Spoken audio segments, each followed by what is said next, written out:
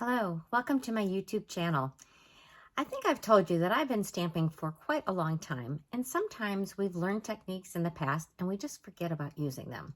So I am going to show you how we can transfer the pattern using wax paper from an embossing folder to paper. So it makes sort of a custom designer series paper. It's really a cool technique, quite easy to do. You just need a few extra things like some wax paper and an iron and ironing board. So I'm going to turn the camera around and get started. But before I do, I just want to make sure I introduce myself. I'm Karen Slawinski. I'm an independent Stampin' Up! Demonstrator and I live in Akron, Ohio. So I'm going to begin and I'm going to show you the cards that we're going to make tonight. Yes, I did say cards. So we're going to make two at once. So to begin, here are the cards that we're going to make today. So to make those, I used the 3D embossing folders called Wintry 3D. And I chose the snowflake pattern, which is really very pretty. So when you do this technique, you're going to end up with two versions. So as you can look at this, you're going to see one is the inverse of the other. So where this one has light spots, this has the dark spots.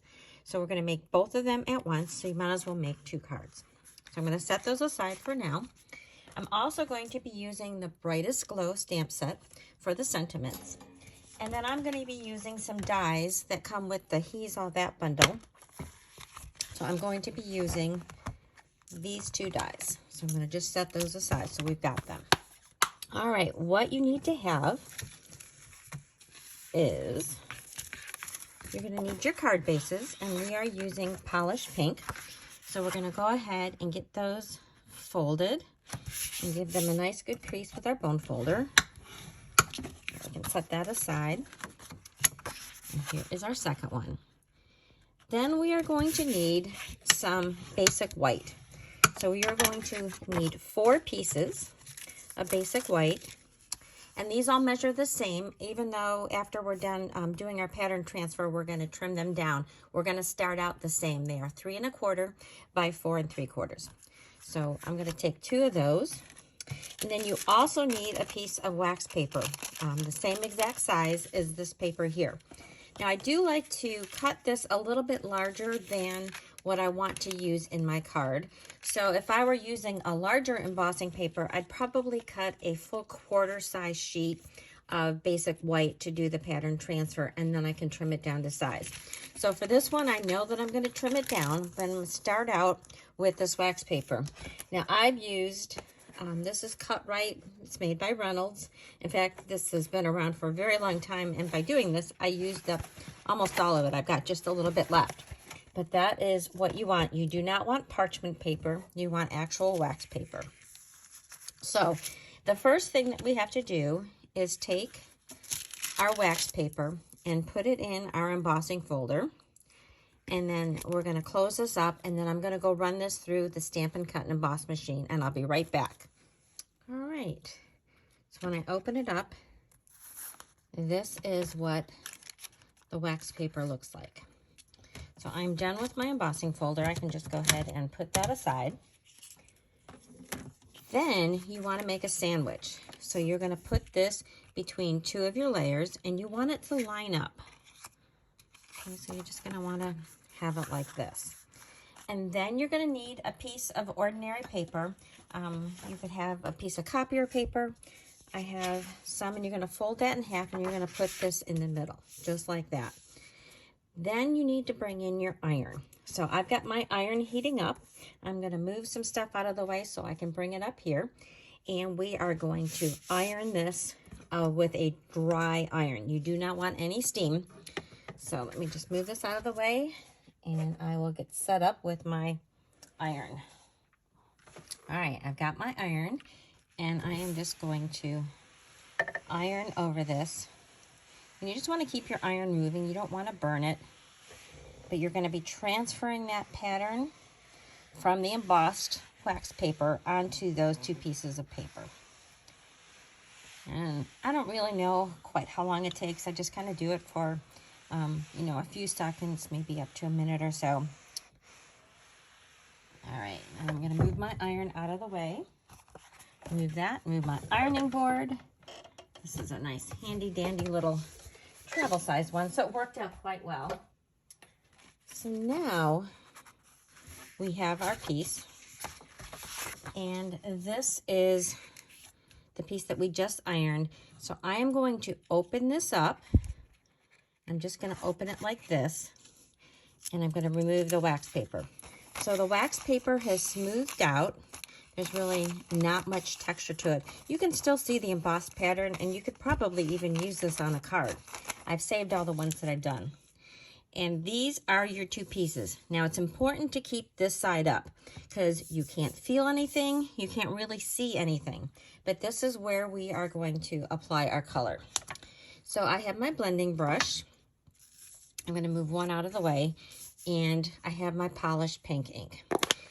And I have really noticed that this is super duper easy to color. And so we're just going to apply color, and you're going to start seeing the pattern emerge. And you're going to keep applying until you get the depth of color that you want. And I usually don't have to tap it off on the side to get it started because it just flows over it so nicely. And then you're going to keep coloring until you're all done. And look at how beautiful that pattern just starts popping out of here. Okay.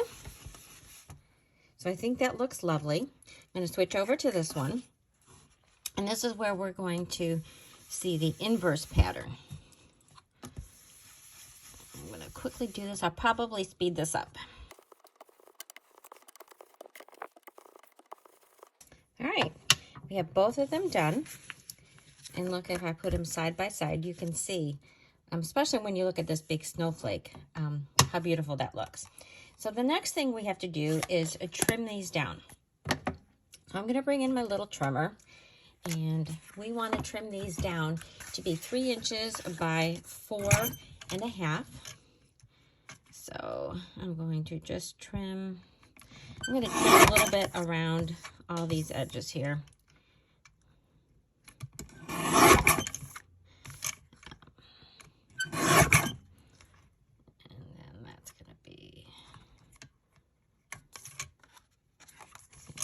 Side. Okay, and I'm going to trim this one. I like trimming around the outside just because it's got, actually I don't think I measured that one to be 3 inches.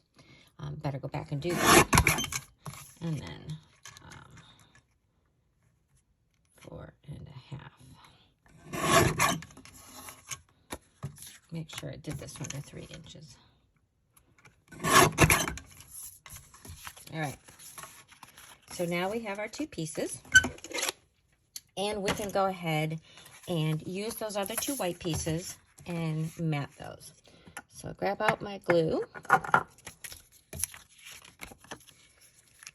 stuff falling everywhere. And I'm just going to put a little bit of glue all the way around. And then these are going to get matted right here. Let's move this up a little bit. Oh, come on, slide around for me.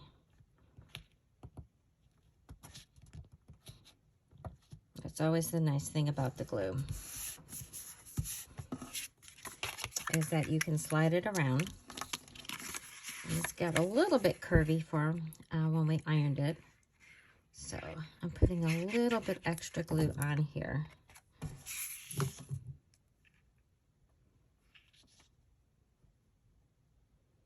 Okay.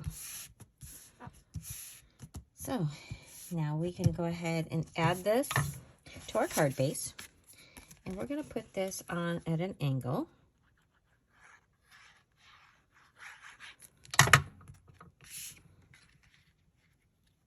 Just like so. I'm going to just set this other one aside. We're going to do the same thing with that one. So then you're going to need a scrap of your basic white so that you can cut your labels. So you just need one that's big enough so that you can have 2 of these and 2 of those on here. So if you take one that's about say 2 inches by 4.5, or whatever scraps you have, whatever is big enough to hold these 2 dies. So I have already cut my dies out so that you didn't have to wait. And I stamped my inside sentiment, which is what this is. And I have these here. So we are going to use 'Tis the Season, and we're going to stamp that again in our polished pink. So I'm going to ink that up, line this up here.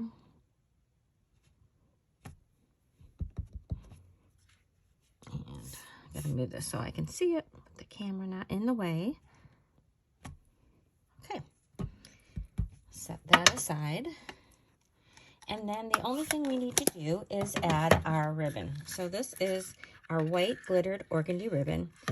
It's so pretty. And it really picks up, I don't know if you can see it, it kind of picks up those pink tones. So we just need a little snip of a piece, a couple of them. And we're going to flag the ends. Then I like to stick these on with glue dots, just because this is kind of you know, it's a stiffer ribbon and it's got that glitter into it. So I found that the glue dot was really an easy way of doing that. So I'm gonna go ahead and stick it on this side, and then we're just gonna put that there. We're gonna do that to the other side. Get my next glue dot. So we're putting it on the top side so that it can stick like so. Okay, then Time is 7:48 p.m. Oh, did you hear that? Somebody heard me and thought I was asking the time. So I'm adding my dimensionals, and we are just going to pop this up toward the bottom of the card. And then I'm going to take one of my inside pieces, and I'm going to add some glue to that for the inside of our card.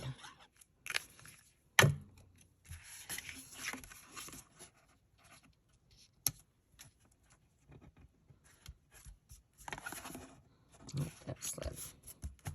And there you have your card. So I'm going to do the same thing with the other one, but this is our finished transfer using wax paper. So now I want to show you some of the other cards that I've made. You know, I always show you lots of examples. So I'm going to move some of my mess out of the way. All right, so I showed you the embossing folders, which was the Wintry 3D. So then this one I decided to use was this pine bough. I thought it was very pretty. So we're going to go ahead and use that one. And the cards that I made with that one, so this is the first one that I made. So for this one, I did the pattern transfer, and I did Parakeet Party, then I did Granny Apple Green, and lastly I added some Garden Green. And that's how I got the shading on this piece. And then I just cut it apart so that I could evenly space it on my front. And then I used this frame, and I used my blending brush to to color this with Garden Green to make it stand out. And then I popped up my sentiment here in the middle. So it's a very simple, elegant card. And then this was a little bit leftover piece, so I just put it on the inside. And there's my envelope for that one. So then the second half of this one, I decided to go with the darker shade. So I started with the Garden Green, and I added some shaded spruce. So I used my Stylish Shapes dies to make 3 squares, and then I used my Christmas season stamp set to do the pine cone and these pine branches. I thought that went quite well with this. I used some of this beautiful woven ribbon, and I just cut that in half and used it to mat. And I love this card. I think it came out so pretty. So there is a beautiful, another Merry Christmas card. So the first one that I had decided to do, I chose a different pattern. In this one, I was looking for it. Oh, I moved it out of the way. I used the Quatrefoil. I picked this one to begin with because I thought it was a very good overall pattern. It could be used in a variety of cards. So the first card that I had made with this one, I did a rainbow of colors on that, and I just loved how it pick that up with that pattern. So then I used my Sending Smiles, I think that's the name of it, bundle to do this. And then I used a leaf pattern from another stamp set. And I just loved how this card came out. And I mounted it on the black, and it really pops. And then I just used another silhouette flower for the inside. And then I did the same thing on my envelope. So then the other half of this one, my daughter picked out the colors. So Kristen went with the cool kind of gray taupey colors. So she used gray granite, smoky slate, and basic gray to do this. And then I used some of the Nature's Prints dies. I've got a couple in here that are done in vellum. And I used some of this gray granite ribbon, which really tied in quite nicely with this one. And I used the trim, the extra piece there. So I really loved how this one came out.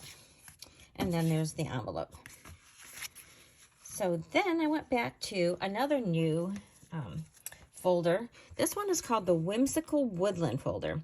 So this one definitely has a pattern to it. It's got a design. It definitely has to be vertical so that you can see your trees. But this one has all these cool decorations on the trees. So I thought this would be fun as well. So the first one I did, I chose my candy cane set, my sweet candy canes, and I just stamped this, and this is in the Sweet Sorbet, which is one of the new in colors. Again, I just made a label with the stylish shapes, and look at all those trees. Aren't they so cute? And that's what the inside of that one looks like. And then I used the embossing folder again on the envelope. I think the flap looks so nice with that. And then my last card is the other side of that, and I chose to do this with Balmy Blue and Pacific Point. And for this one, I chose to use this mesh ribbon. This is that silver, and I added some gems. These are just basic rhinestone jewels. And then I did my Jingle, Jingle, Jingle stamp set for the sentiment. And Merry Christmas on the inside, and then some stars along the outside edge. So those are the cards using the pattern transfer. Let me bring in the original so you can see them all. Like I said, it's an old technique. It's one that I've totally forgotten about, but I hope that you give it a try. And I would like to invite you to like and subscribe. Give me a comment, share this with your friends. I really do appreciate it. And if you need any help with any of your stamping needs, please reach out to me. I would love to help you in any way that I can. And so this is also my last video before Christmas. So I'd like to wish everybody who celebrates a wonderful holiday season. And I will see you in my next video with some sneaks into the new products that are coming out in our mini catalog in January. So have a wonderful Christmas, and I'll talk to you next time.